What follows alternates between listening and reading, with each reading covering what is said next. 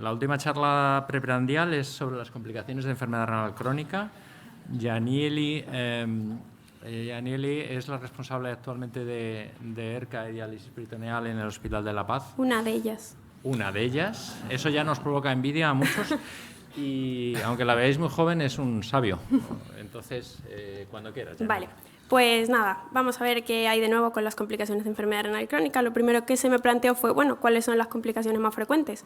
Y al principio dije, bueno, pues quizás no son tantas, pero si seguía buscando, pues son muchas más.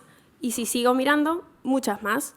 Y puedo rascar muchas más, con lo cual nos vamos a quedar pues con unas que me parece que es lo que más podemos aportar en cuanto a actualizaciones, a novedades. Lo primero, bueno, el doctor Alcázar ya me ha spoileado un par de estudios que a mí también me resultaron muy interesantes, así que los pasaremos un poco rápido. El primero de ellos es uno que es con el, básicamente con el Lokelma en pacientes con enfermedad renal crónica estadio 3 a 5, no en diálisis, que además tenían acidosis metabólica con bicarbonatos entre 16 y 20, y el objetivo básicamente era ver cuál era el valor del bicarbonato a las 2 semanas y a las 4 semanas del estudio.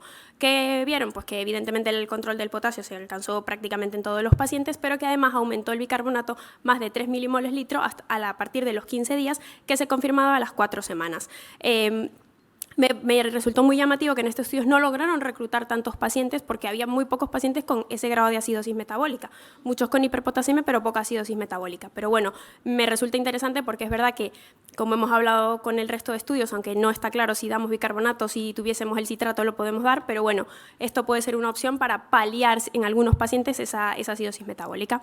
El valor, yo también tenía muchas expectativas con el Beverimer, sobre todo porque es un fármaco que tiene un mecanismo de acción distinto, absorber ácido clorhídrico, que es algo que es, entre comillas, algo más novedoso, pero pues como ya mencionó el doctor Alcázar, no hubo diferencias en cuanto a la progresión de enfermedad renal, incluso el estudio terminó antes porque no había diferencias con placebo, así que bueno, nos quedamos igual que antes.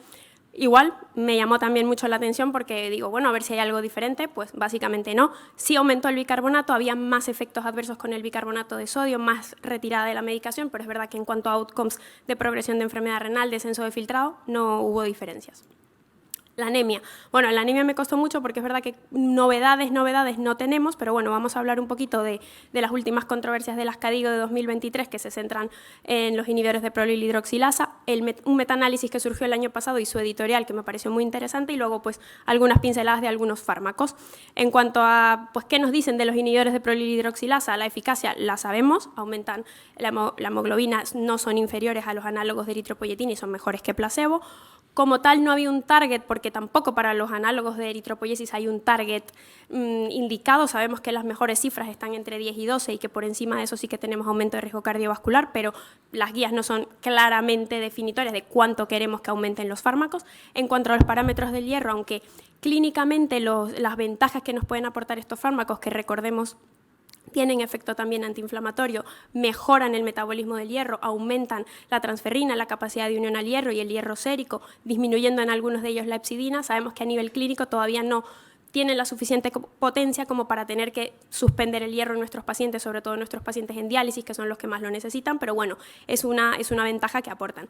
Eventos cardiovasculares, aquí sí que me voy a centrar. Es verdad que inicialmente no hubo diferencias o no fueron inferiores comparándolos con análogos de eritropoyesis. Vamos a ver esto en detalle a partir de este metaanálisis que se publicó a finales del 2023. Este metaanálisis de casi más de 40 estudios, 28.000 pacientes, yo dije, wow, ahora sí que vamos a ver grandes cosas, pues lo que vino a mostrar es lo que ya sabemos.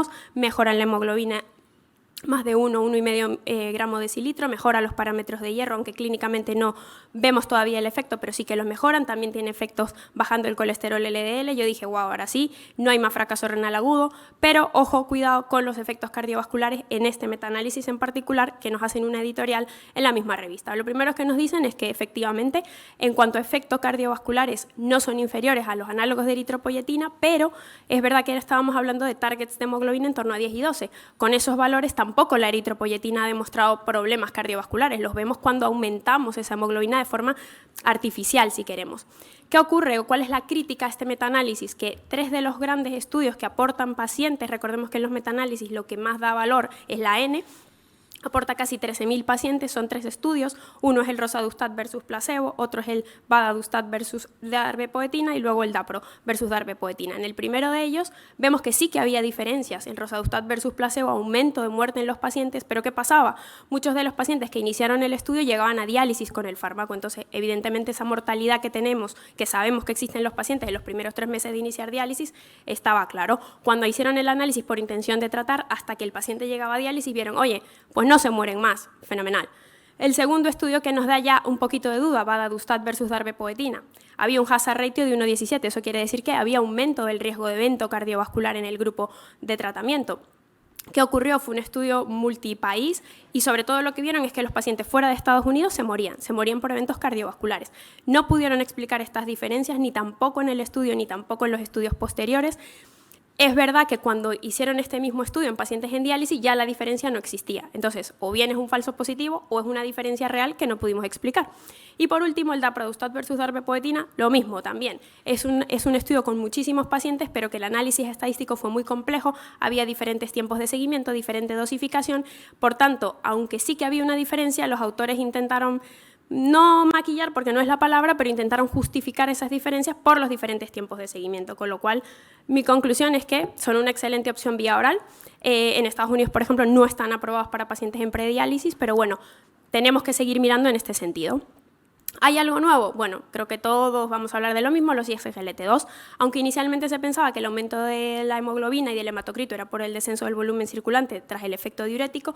Hace poco se acaba de publicar una revisión en nefrología donde nos dice que, oye, no, tenemos más efectos. Uno de ellos es que al inhibir la absorción de sodio en el túbulo proximal generan una mejoría de la hipoxia de la célula proximal y de esa forma las células, los productoras de eritropoyetina no se transforman en miofibroblastos y pueden seguir produciendo EPO. Tenemos un segundo mecanismo que ya lo conocemos y lo hemos mencionado previamente, efecto antiinflamatorio.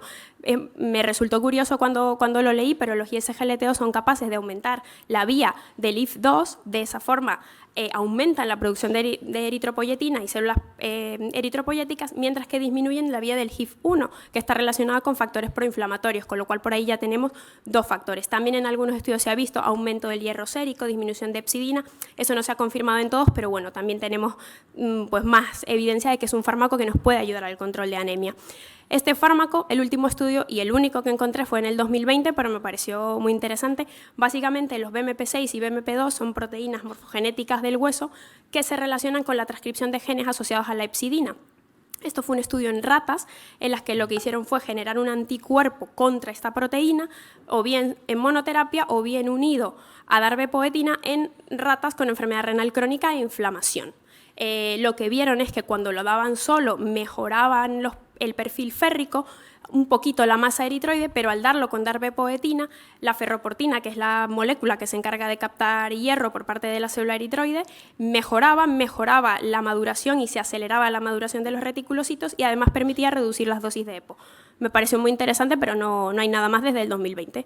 Y luego este fármaco que sí que me pareció muy interesante, el siltivekimab, es un anticuerpo humanizado anti-interleuquina 6, que ya se ha visto en tiene varios estudios, pero hay 2 estudios muy grandes, que básicamente el target es pues la inflamación. Entonces, aquí les traigo uno que se publicó a finales del 2023, que es un análisis de uno de esos estudios, que es el estudio RESCUE, que lo que vieron era este anticuerpo, cuál era, digamos, los resultados en función de hemoglobina, porque en el primer estudio, que fue un fase 1-2, y en el RESCUE, que fue un fase 2, lo que vieron era pues cómo se modificaban los parámetros de inflamación, bajaba la PCR, bajaba la hepcidina, bajaba la interleuquina, pero ahora en este análisis nos vienen a decir pues cómo se modifica la hemoglobina. Eran 264 pacientes en prediálisis con enfermedad renal crónica entre 3 y 5 y PCR más de 2, comparado versus placebo. ¿Qué encontraron? Pues que según la dosis que utilizaban, tenían 3 dosis, a las dosis medias y dosis altas encontrábamos una mejoría de hemoglobina de 1 gramo decilitro, con lo cual a las 12 semanas del seguimiento también encontraron mejoría de los niveles de hierro,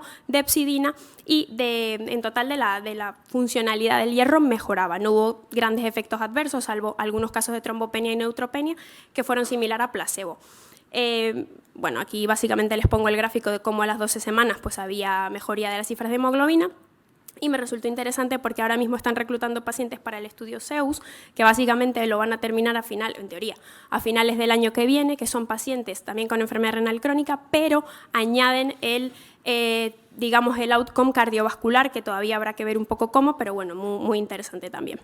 Bueno, la enfermedad mineral ósea, yo creo que cuando pensamos en enfermedad mineral ósea se nos vienen 20 cosas a la cabeza, y yo tuve la suerte de que acaban de publicar las controversias de la reunión que hicieron a finales del 2023, un poco, bueno, ¿qué nos cuentan de nuevo? Lo primero que nos cuentan, y que me pareció fundamental, es que hay que separar, pero no del todo, la enfermedad renal crónica, tanto la enfermedad óseo-mineral como la enfermedad cardiovascular definida por calcificación vascular. Esto es la primera diferenciación que hacen, y justo las controversias van por separar ambas cosas y no olvidarnos que están claramente relacionadas, pero que tenemos que no olvidarlas. Lo segundo es que nos hablan de distinguir un poco lo que es la osteoporosis y la osteodistrofia renal, siendo la osteodistrofia parte de la osteoporosis. Básicamente nos recuerdan que la osteoporosis se define por una pérdida de la masa del hueso, que se define como una pérdida de densidad mineral ósea, menos un T-score menor a 2, o la presencia de una fractura. Fenomenal. La osteodistrofia renal también es pérdida de masa ósea, pero de la calidad del hueso, es decir, es un trastorno global. Cuando vemos esa definición, la osteodistrofia renal no necesita asociar para definir la pérdida de densidad mineral ósea, con lo tal debe ser parte del concepto osteoporosis.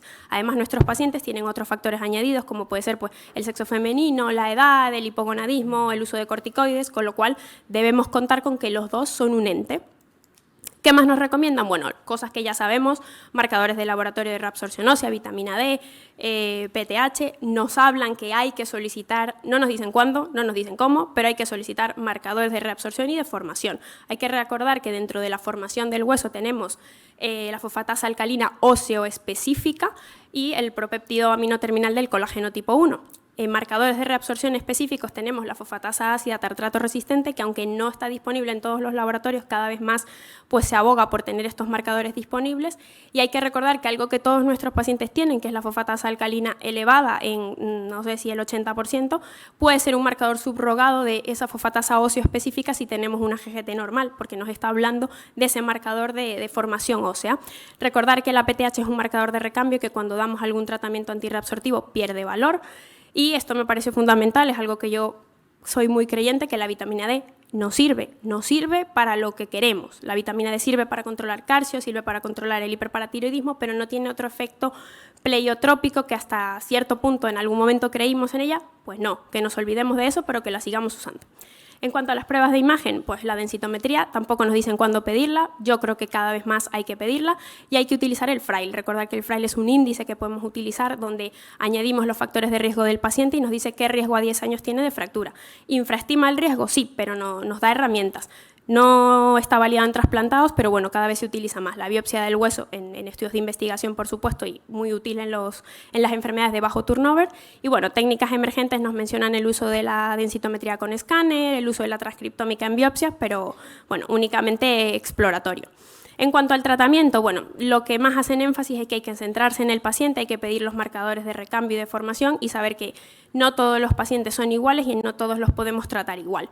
En cuanto al calcio y el fósforo, pues ni tanto ni tampoco. O sea, básicamente hay que recordar que tanto la hiper como la hipofosfatemia deterioran la mineralización del hueso y matan al osteocito, y la hipo y la hipercalcemia tienen un efecto muy similar. Entonces, ni tanto ni tampoco, pero hay que tenerlo dentro de los valores normales. La vitamina D, lo mismo, recordar que hay que tenerla, pero para un control de PTH y de calcio. La PTH, bueno, yo esperaba aquí milagros, pero tampoco. No sabemos qué valores son normales, mantienen los mismos de 2 a 9 de las últimas guías, sí que hacen mucho énfasis en que podemos utilizar pruebas de imagen. Hay que recordar que la osteodistrofia renal, el hueso cortical es el que está afectado. Por lo tanto, por ejemplo, si solicitamos a nuestro paciente alguna radiografía donde se vea el radio distal, ahí podemos ver defectos de la mineralización porque es donde se suele afectar más. Muy importante, hacen mucho énfasis en el uso de la paratiroidectomía, no generalizada, pero sí, sobre todo en pacientes trasplantados que después del año no se nos controla la PTH, en pacientes que pierden mucha densidad mineral ósea. Bueno, en el PROCID, que fue básicamente comparar la paratiroidectomía con el Cinacalcet, sí que se vio un aumento de la densidad mineral ósea después de la paratiroidectomía, eso me pareció pues muy interesante. Recordar los análogos de vitamina D a dosis bajas nos pueden ayudar y bueno, los calcimiméticos, entre comillas nuevos, que no son nuevos, tienen su papel sobre todo en diálisis. En cuanto al hueso, no hay estudios randomizados de los fármacos. Básicamente la sensación que me dio es que nos dicen hay que atreverse a ponerlos y vigilar los posibles efectos negativos. Bueno, únicamente hago el detalle del que el romosumab, recordar que tiene aumento de riesgo cardiovascular, entonces nuestros pacientes, a veces los reumatólogos, pues les da un poco de miedo, entonces, bueno, tenerlo en cuenta. En cuanto a la enfermedad cardiovascular, lo que ya sabemos, el papel fundamental de la calcificación vascular, el papel del FGF, del fósforo en el centro, pero tampoco nos dicen que si controlamos el fósforo vamos a retrasar esa progresión. Entonces, bueno, hay que controlarlo, pero no sabemos muy bien qué va a ocurrir. Lo importante es saber que nuestro paciente se va a calcificar, casi que da igual lo que hagamos, pero que si tenemos todo bastante controlado, le damos más herramientas para que vaya más lento. También nos recomiendan utilizar que básicamente cada vez más el uso de scores de calcificación en escáner que hagamos al paciente por otro motivo, pues también tener esta herramienta. Y bueno, en cuanto al tratamiento, aunque no hay datos nuevos, sí que el Frontier, que era básicamente citrato férrico como quelante en pacientes con enfermedad renal crónica y ver la progresión, ya han salido en el 2024, ya publicaron un preview de que no hay diferencia, esperado también, y estamos pendientes del fosfate, que bueno, eran pacientes en hemodiálisis y diálisis peritoneal. En cuanto al calcio, como todo, como la PTH, pues ni tanto ni tampoco. En cuanto a otros tratamientos de calcificación, bueno, me dejaron ahí un poco sin nada. Básicamente la vitamina K ya sabemos que aunque reduce los niveles de la proteína de matriz decarboxilada, no mejora la calcificación. El tiosulfato en ensayos clínicos tampoco y disminuye la densidad mineral ósea, tiene un papel en la calcifilaxis que vemos en la clínica pero que no se ha visto en estudios. El magnesio, ya lo ha comentado el doctor Alcázar, pues cada vez hay más información. Me llamó la atención que está pendiente un estudio que es DIAL-MAC, básicamente son casi 25.000 pacientes en Canadá, magnesio alto bajo en el baño de diálisis y que bueno, puede tener algún efecto. Y luego esta molécula que es un fitato hexafosfato que está en la carne, que si lo das vía oral no hace nada, pero intravenoso reduce la calcificación, pero baja la densidad mineral ósea, con lo cual pues no hay mucho más. La calcifilaxis es una entidad muy temida por todos y la conclusión es que, aunque tenemos que tener controlados nuestros valores de calcio, de fósforo y PTH, evitar antagonistas de vitamina K en pacientes de riesgo, hay que recordar que el calcio y el fósforo no pueden guiar la terapia tampoco. Entonces, aunque yo lo tenga controlado, igual mi paciente puede estar en riesgo. Vale, bueno, aquí ya esto sí me animó un poco porque básicamente es un quelante del que ya veníamos escuchando hace tiempo, que es el tenapanor. Esto es un fármaco que lo que hace es unirse de forma selectiva al intercambiador sodio-protón tipo 3 en el enterocito, y lo que hace al bloquear este intercambiador es que el protón que está dentro de la célula baja el pH por ese aumento de hidrogeniones y de forma secundaria se genera ese gradiente positivo dentro de la célula, hace cambios en las uniones estrechas a nivel vasolateral y evita que el fósforo que entraría por la vía paracelular se absorba, con lo cual tenemos un mecanismo nuevo o diferente por el cual podemos ayudar al control del fósforo. El primer estudio, que es la continuación de un estudio que ya se había hecho en pacientes en diálisis, que es el Freedom, pues este es el estudio Normalize. Lo que hicieron ellos fue pacientes que estuviesen en el Freedom, que estaban con quelantes o un tapanor, continuar el seguimiento a 18 meses. ¿Qué vieron? Pues que bajaba el fósforo hasta 2,5 miligramos de decilitro, que me pareció increíble, porque los datos que hay con quelantes clásicos bajan hasta 2 miligramos de decilitro. Encontraron pocos efectos adversos. El principal efecto es la diarrea, porque como hemos dicho que bloquea sodio-protón, pues ese sodio en la luz absorbe más agua y pues tienes más diarrea. Incluso se utiliza como tratamiento para el intestino irritable. Ya estoy. Vale, ya estoy. Justo salió un metaanálisis que viene a comprobar lo mismo de 7 estudios diferentes. El tapanor es efectivo. Resulta muy curioso que es más efectivo cuando se da en monoterapia que cuando se da combinado con quelantes, probablemente porque hay alguna interacción que no conocemos. Y además, de forma exploratoria, baja los niveles de FGF y de PTH. Esto, bueno, porque tenemos que hablar también de los quelantes del potasio en todo, y también aquí. Básicamente es un estudio observacional en el que analizaron de 3 otros estudios, el Ametis, el Opal y el Tourmaline, que eran pacientes con hiperpotasemia, pues cogieron 86 que también tenían hiperfosfatemia, definido como fósforo más de 4,5, y vieron cuál era el fósforo durante el estudio. Y resulta que sí, que bajaba el fósforo hasta 0,7, 0,8 miligramos de decilitro, y mientras más fósforo sérico, más lo bajaba.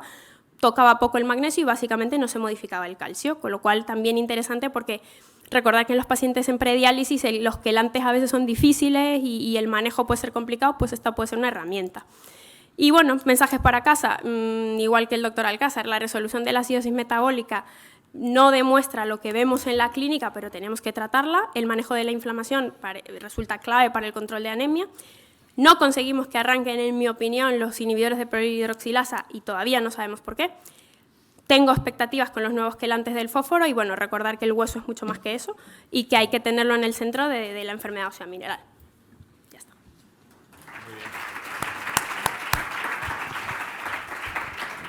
Muchas gracias, Danielis, por toda la información que nos has dado. ¿Hay alguna pregunta en el auditorio? Yo te quería, mientras se anima la gente, te quería comentar sobre el tema de la anemia, que no lo has comentado. Están en revisión pública las guías de CADIGO 2024, que cerraron el periodo de revisión, creo que fue en octubre, y se espera que salgan ahora en el segundo cuatrimestre de este año. O sea, que también es un elemento, es un documento que se puede consultar, aunque esté en versión borrador, pero bueno, que también es interesante. Ahí estás escondido, ya me extrañaba a mí. Diego. Digo, ¿dónde está nuestro becario impenitente? Es que he entrado tarde, perdóname, porque tenía que hacer una gestión. ¿Has leído algo? Porque yo estoy un poco interesado por el tema de quelantes orales de toxinas urémicas o de intervenciones sobre la microbiota. Sí, bueno, justo había uno, dije no me va a dar tiempo, pero es verdad que hace poco salió una revisión de no solo de la microbiota, sino la microbiota y la enfermedad mineral ósea. Entonces, bueno, es verdad que no profundicé mucho, pero sí que hay ahora mucho interés en publicar de esto y también en la microbiota y la anemia. En algunos estudios sí que, bueno, que está cada vez más en auge el uso de bloquear estas toxinas y ayudar al control de anemia sin necesidad de añadir algún fármaco, entre comillas, nuevo. Y me alegro mucho que tú tampoco creas en la vitamina D. Bueno, esa es la historia de uno de los grandes tipos de la nefrología, solo comparable a la paratiroidectomía química subiendo el producto calcio-fósforo, que solo algunos recordamos.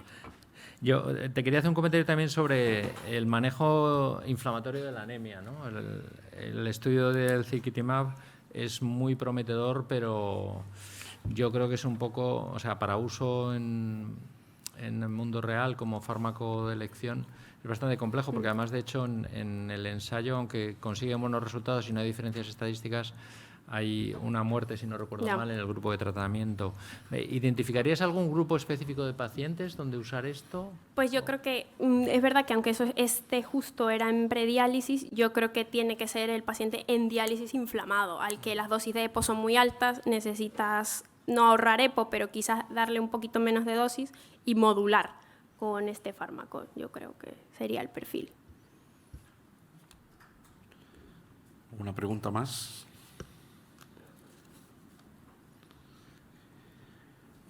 Hay un comentario que sí me gustaría hacer, ¿no? Es verdad que una de las cosas, los que ya llevamos muchos años y hemos visto distintas situaciones, ahora volvemos al hueso y volvemos a la osteoporosis y al tratamiento de la osteoporosis. ¿Tú crees que hay que implementar estos tratamientos de osteoporosis en los enfermos y en qué enfermos? ¿En ERCA, en diálisis? Porque da miedo, a veces utilizar estos fármacos. Yo, mi humilde opinión es que hay que contar con reumatología siempre, porque se nos escapan muchas cosas cuando queremos tratar el hueso, pero sí es verdad que un perfil que yo creo que se merece especial atención son los pacientes trasplantados, porque no solamente el corticoide, la inmunosupresión, sino que está clarísimo que el riesgo de fracturas en ellos está aumentado. Suelen ser pacientes jóvenes que, si tratamos el hueso cuando identificamos el riesgo, pues quizás le estamos aportando más. No digo que en diálisis no, pero quizás el paciente trasplantado sea un poquito más susceptible a que nos fijemos en su hueso y lo podamos tratar. Además tiene más seguridad porque tiene más función renal. Sí. Sí. Muy bien. Pues si no, ya que os morís de hambre. Yo quería estirar el debate para consumir esos 10 minutos de más, pero lo has hecho fenomenal. Así que nada, muchas gracias a todos y hasta la sesión de tarde.